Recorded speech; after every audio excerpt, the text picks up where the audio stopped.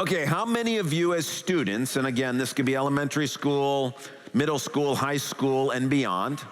If you're a student, I got a question for you. If you started school recently, this week, last week, something like that, how many of you, and I'm going to ask you to raise your hand, how many of you had a teacher who sort of started the class with, these are my expectations for how to be successful in class this year? How many of you had that? Yep.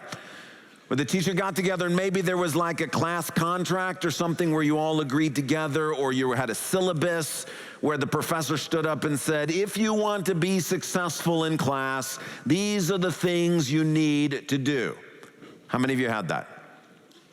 Yeah, that's pretty common because that's what teachers like to do.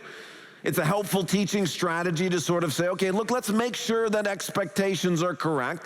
And the teacher's job, a good teacher's job, is to make a student successful. Good teachers don't teach because they like to hear themselves talk. Good teachers want students to understand. They want them to get it, to put it into practice. Maybe you had a professor or a teacher that said, this year, we're going to try to show you how the things we're talking about are useful in life. That's because, again, teachers want us to do something with the information that we're receiving. They're not there simply to pass on information. They want us to grow and to change and develop and to become the people that we're supposed to be. Well, so it is with Jesus. We would say Jesus is the greatest teacher who ever lived on the earth. Now, his official title is the Lord Jesus Christ, but what he's often referred to in the Gospels is he's referred to as teacher. And as a great teacher, Jesus gives to us this teaching we've been looking at all summer called the Sermon on the Mount. It comes in the Gospel of Matthew, and it's probably the most, it is the most famous teaching ever given in human history. And it's not surprising that Jesus is not giving the teaching because he wants to hear himself talk. Jesus is giving us this teaching because he wants to bless us. He wants us to do something with it. And so Jesus gives us what you might call a kind of classroom contract, or a discussion where the professor gets up and says, here's what you should expect, or here's how to be successful in this class. And Jesus has for us in the Sermon on the Mount, now it's at the end and not at the beginning, he has for us an explanation for how you and I can best endure the trials and troubles of this life and best experience the blessings that God has for us. And so we want to look at that. And again, you can think of us as being in a classroom and the teacher getting up and saying, here's how to be successful in the class of life today. So let me invite you to take a Bible. If you didn't bring one, there should be one in the rack in front of you. In these church Bibles, you turn to page 788. And if you have your own Bible, that's Matthew chapter 7. So page 788. And the reason we provide these Bibles is we think this is the Word of God. And we want you to see it and to follow along with it, to read it, to hear it. We think it changes people's lives through the Spirit. And so we're asking, turn with us to Matthew chapter 7, page 788. And we're going to be looking at the last portion of what's called the Sermon on the Mount. Anne read that to us earlier. It's about a foolish person who builds his house on the sand and a wise person who builds his house on the rock. And Jesus is comparing these sort of two people. And we want to think about his teaching this morning. As we do, I want you to notice in verse 24 of chapter 7, Jesus talks about the wise man who builds his house on the rock. And then it says in verse 25, the rain came down, the streams rose, and the winds blew. And so Jesus is talking here using metaphors and parables in this idea, but when he talks about wind and rain, he's talking about the struggles and trials and difficulties of life. If your parents are going through a divorce, if you lost a job, if a loved one's passed away, if you've gotten a difficult health diagnosis, if you're going through an injury in the middle of a sports season, if you didn't get the part in the drama that you were hoping for, if you're experiencing financial trouble, if you've been through betrayal from a friend, if you've experienced loneliness, if you're going through a season of depression, if you struggle with anxiety, whatever you and I could think of when we think of difficulties and trouble in life, that's what Jesus means when he's talking about the wind and the rain. And what I want you to notice from this passage is the man who builds his house on the rock, he experiences wind, streams, and rain. But then the person who builds their house on the sand, verse 26, verse 27 says, the same thing happens to them. The rain came down, the streams rose, and the winds blew and beat against that house. And the idea here is that every human goes through difficulty. You might think that Jesus' teaching is, hey, if you build your house on the rock, everything's going to go smoothly. That's not what he says. He says everybody, whether you're foolish or wise, young, old, rich, poor, it doesn't matter. Every human being will experience difficulty in this life. Everybody has rain that comes. It's like we're in the classroom. And the teacher stands up and says, everybody in this class is going through the same material. We're all going to cover the same thing this year in class. Not certain students are going to do one thing and certain students do another. Every person who is a human being will experience storms and trouble in life. Sometimes it's persecution, sometimes it's suffering, sometimes it's just difficulty, sometimes it's just life is hard. Now again, I feel like a teacher at the beginning of the year, and you can groan if you want to. I got some more bad news for you, which is some of these things that we're going to go through that we might think about like tests. Some of these are going to be pop exams, meaning no warning that they're coming. You see, when Jesus gives this teaching, he's not standing in Michigan. He's standing in Israel when he's doing it. And when he talks about rock and sand, it has slightly different connotations in Israel than it does in Michigan. In Israel, everything is rock. You go there, when I first went there, I thought it would be sort of like the Sahara Desert. You know, you hear about desert lots. No, not much sand. It's rock everywhere. It's all rock. And there's no things like we have in Michigan, no sort of sand dunes or sandy soil. In Israel, you can only find sand in two places. One is there is some sand around the Dead Sea, sort of on the beaches, sort of around the Dead Sea. I don't think that's the sand Jesus has in mind when he's talking about this, because he says, verse 27, the rain came down, the streams rose, and the winds blew and beat against that house built on the sand, and it fell with a great crash. He doesn't say the waves lapped up on the shore and the sand slowly eroded away and then the house fell. So this is different than sort of a cottage on Lake Michigan where the lake begins to encroach on the cottage and you're worried about erosion. That's not what he's talking about here. There's a second place in Israel you can find sand. You don't find it on the ground. It's all rock. But there is a second place you can find sand in Israel, and that's in what's known as a wadi. Now, we don't have wadis in Michigan, but there's lots and lots of them in Israel. And what a wadi is a ravine or a crevice or a valley that is dry most of the year, except when it rains. Because the ground is so hard and so rocky, when it rains, it creates flash floods. The water doesn't soak into the ground. It sort of runs along the rocky valleys, and so it finds its way to low ground, and it creates what's known as wadis, which means that in certain parts of Israel it could be raining. So, for example, in Jerusalem, which is a higher elevation, rains come down, and the rains hit the ground, and there's rock, and so the water starts running down all of these wadis away from Jerusalem. Miles and miles, they'll go racing in these flash floods, which means you can be in a place in Israel where it is sunny and bright, and all of a sudden, out of nowhere, comes a flash flood. It leaves behind sand, which is why there are sand in the wadis. This is what I think Jesus is talking about. That's why he says the person who is foolish enough to build their house in the ravine, the person who's foolish enough to put their house down where the water is going to run, at some point, the rain is going to come, and it's not going to slowly erode. It's going to come with crashing force, and that's why the house falls down with a great crash. And the bad news is that often trouble in our lives comes without any warning. We had no idea that a tornado was going to touch down here last week. There's not usually any warning that there's going to be a shooter in our kids' school. There's no warning necessarily that the stock market is going to crash. Sometimes you come back from the doctor and you're expecting a clean report, and all of a sudden, without warning, you've got cancer to deal with.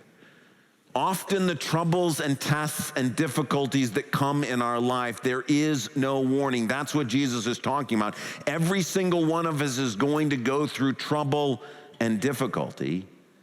And the bad news is sometimes there's not going to be any warning. Skies will look bright and sunny, and all of a sudden, here comes a flash flood racing towards us. I should also say that Jesus is talking a lot here about testing, but that's not really the ultimate goal. The goal is the Sermon on the Mount begins with blessing.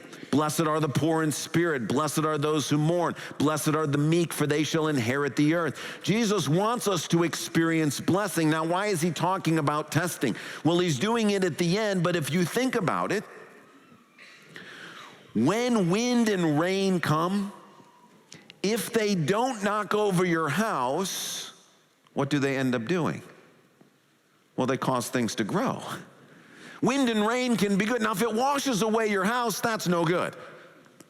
But if you endure the test, the blessing is on the other side of the test comes good things. The same is true for tests that we go through in school. Yes, if you fail the test, that's not great. But if you pass the test, well, then you have the joy of passing the test and the growth that you've experienced in knowledge. The same is true for tests we go through in life. Whatever the difficulty that you may be experiencing, if that difficulty ends up breaking you, that's no good. But if you endure it, what happens on the other side is God uses those difficulties to cause growth. He uses those different. So Jesus is talking here about tests, but that's not the goal. The goal is not the test. The goal is to make sure that our lives survive the test so that we experience the blessing.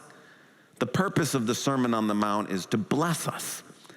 And Jesus says, in order for it to be a blessing, you've got to endure the tests that are coming. Well, this raises the all-important question then. What is it that we need to do to pass the tests? They're coming for everybody. We're all going to experience them. There's no way to simply live a life that is just full of blessing upon blessing. How do we pass the tests? And again, like the teacher standing up saying, this is what's coming this year. There's going to be tests. They're going to be hard. But if you do what I say, you're going to be just fine. So what is it that Jesus is telling us that will enable us to survive the difficulties of life and to experience the blessings? Well, listen to what he says, verse 24. Therefore, everyone who hears these words of mine and puts them into practice is like a wise man who built his house on the rock. Now compare that to what he says in verse 26. But everyone who hears these words of mine and does not put them into practice. So what's the difference between the wise and the foolish? What's the difference between the person who builds their house on the rock and the person who builds their house on the sand? Well, it's not hearing, because everybody hears. Whoever hears these words of mine, both the wise and the foolish are hearing the words of Jesus. So we're not talking this morning about people who may live in an area where they've never heard of Jesus or haven't heard any of Jesus's teaching. That's an important topic, but it's a different sermon. We're talking about you and I today. We're hearing the words of Jesus. Again, it's like the teacher standing up in front of the class. She is talking to everybody in the class. Whoever hears what I teach, well, everybody in the class is going to hear that. So what's the difference? Who puts them into practice? What essentially the teacher is saying is some of you in class this morning are going to hear what's said, and you're going to go home and not do any homework. And what's going to happen? You're going to fail the test. Some of you in class today are going to take seriously that there are tests coming, and you're going to go home and do your homework, and you're going to be just fine. So, what is the homework Jesus is talking about? Well, here we have to be very careful, because you can read this passage in such a way that you get the wrong idea of what the homework is. Now, because Jesus is talking about what you might call a natural disaster, I went to FEMA's website. FEMA is the Federal Emergency Management Agency for the country, to kind of look up what should you do in the face of the possibility of natural disasters or disasters. And so on FEMA's website, they list a number of things that they want you and I to be prepared for. This is directly from their website. This is the list of things that we should be ready for: active shooter, avalanche, cyber attack, earthquake, extreme heat, financial unpreparedness, flood, landslide, nuclear explosion, pandemics, power outage, thunderstorm, lightning, hail, tornado, tsunami, volcano, wildfire, and winter storm. And what they recommend is they recommend that you and I have a preparedness plan for each of these events. Now, they would say that some of them are less likely for us than others. We got to figure out which ones are more likely. But the plan is figure out what's possibly coming and be prepared for it. Make sure your house is up to code. Make sure that you've got a readiness plan for each of these things. And to tell you what, I looked at that website, and guess what? It felt super overwhelming. Like, I got to have a plan for a nuclear explosion? I had not thought I needed a plan for nuclear explosion. But then I realized, like, this is just a list that they have. And again, they're kind of talking about, like, community stuff. Then I started just to myself adding my own list of the possible disasters that we might have to be prepared for. This is my list, and there's a lot more. Identity theft, health crisis, unexpected rent increase, car accident, a spouse committing adultery, a kidnapping, false accusation, an unplanned pregnancy, major repairs, job loss, mental health crisis, persecution, demonization, theft. And I started thinking, if I got to have a plan for each of these things, I'm going to spend all my days trying to think about all the stuff that can go wrong. And the danger is we might think that that's what Jesus is saying to us. That he's saying, hey, look, I gave you a Bible. There's 66 books in it. You better know everything in this, and you better do everything in it. And if you know everything in this book and do everything in this book, then any disaster that comes, you're going to be ready for it. We might think that's what he's saying, but what kind of teacher does that? I mean, you ever have a math teacher stand up and say, you're responsible for all known mathematical things in universe? Well, that wouldn't be very good. Or an English teacher to say, you are responsible for every book ever written. Or a science teacher to say, you are responsible to know everything about science. That's not what teachers do, not kind teachers. What do kind teachers do? They say, well, there's too much material. So you just have to learn the things I'm going to teach you. You have to just prepare for the things that I'm going to tell you. Trust me, I will help get you through this material. That's actually what Jesus is saying here. You see, what I would call this model, the FEMA model, is the knowledge and preparedness model. And it's the idea that you better be prepared for whatever's coming. You better have your plans. You better think through every eventuality, anything that could go wrong, come up with a plan and be ready. That is a model, but that's not what Jesus is saying. He's offering a different model, which I would call the daily obedience model. And in the daily obedience model, look at what Jesus says. See verse 24? Therefore, everyone who hears, and you can underline that word, you can circle that word, you can make a mental note of that word, hears, and then these words of mine, and then puts them into practice. You can underline that, circle that, make a mental note of that. Hears and puts into practice. That's a lot of English words, but in Greek it's just 2 words, and they're 2 verbs. And again, we're talking about school stuff, so stick with me as I get slightly grammatical.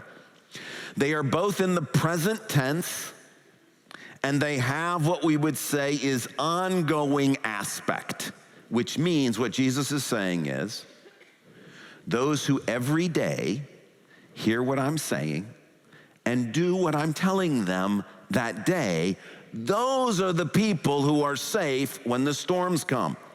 This is not about somebody knowing everything. This is about the person knowing the thing that Jesus is saying. It's not about somebody who is doing everything in the Bible. It's the person who is doing the thing that Jesus is telling them to do right then.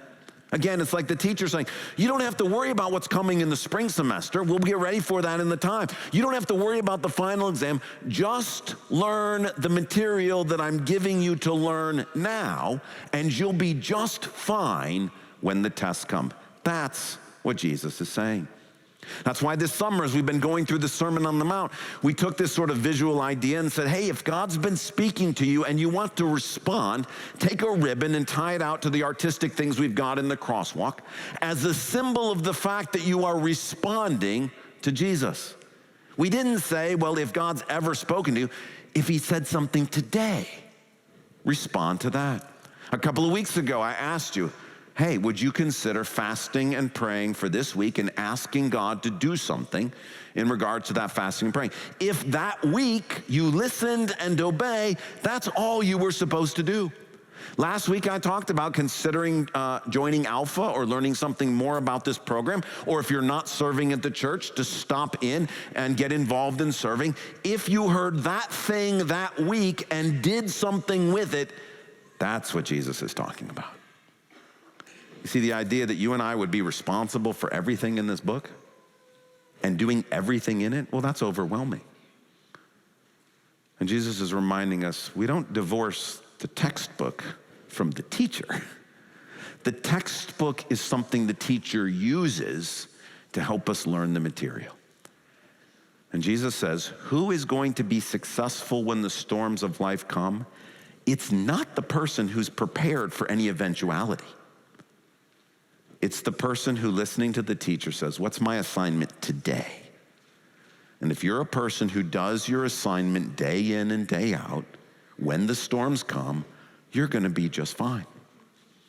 Not just the weekly sermons, but anything you feel God prompting in your heart to do, anything you feel reasonably certain that God might want you to do, if you cultivate the habit of doing the thing you think God's telling you to do, when the storm comes, you're going to be just fine. Take COVID, for example. FEMA has a preparedness plan for pandemics, but I can tell you, having lived through COVID, nobody was prepared. COVID felt like a flash flood. The skies were sunny, the sun was shining, and then all of a sudden, out of nowhere, water and rain and storm came racing towards us. And if you think about us as sort of a church, there are lots of churches who, when that water came, it was a crushing experience. And all of a sudden, not a slow erosion, all of a sudden, just churches imploded. People fought with one another. People couldn't get along, and sadly, the churches were washed away. That didn't happen at Calvary. Not because we were better prepared than somebody else. We were not prepared at all. Why didn't, it was hard. It was very difficult. I would not want to go through it again. Why didn't it wash us away? Because before then, God had been training us to obey.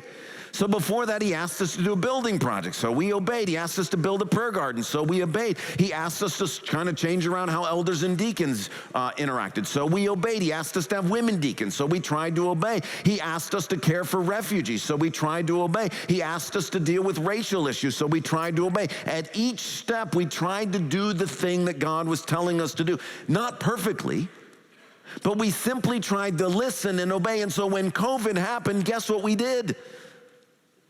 We just tried to listen and obey. And so in the middle of the confusion, we got together and prayed, and we're like, God, are we supposed to stop meeting? And we felt like he said for a season, have people meet, use online, do those sorts of things. So we tried to obey. What about masks? We felt like he said for a season, we want you to wear masks and have social distancing. And so we tried to obey. At some point, the government said, here's some money so you don't have to lay people off. Are we supposed to take that money? We felt like he said yes, so we tried to obey. At some point, it was time to get back together again. And so we listened and we prayed. And at one point, the health department was like, hey, we think you should stop meeting. When we prayed that time, the Lord was like, no, I want you to keep meeting. So we tried to obey. How did we get through? It's not because we were experts in pandemics. We just did exactly what Jesus said. If you trust me, if you do what I say to do, when the storm comes, I will tell you what to do in that moment. And if you're the kind of person who, when you're told you need to be baptized, you actually get baptized. When you're told you need to sort of join a community, you choose to join a community. When God prompts in your heart that you need to go and talk to that person, you go and talk to that person. That's what Jesus is saying will make you successful. That's the homework. And so I say to the whole class, me as well, because he's the teacher, and I'm a student along with all of you. Some of us are going to sit in the class today, and we're going to go out and think, oh, that test is not going to be that bad. It will be that bad. And some of us will sit in the class today and hear the teacher saying, trust me, do the homework I give you each day, each week, and you're going to be just fine. Some of us are going to go home and start doing the homework. And Jesus says the difference is the wise person goes and does their homework. And when the test comes, it's hard and it's difficult, but they get through it. And on the other side is blessing.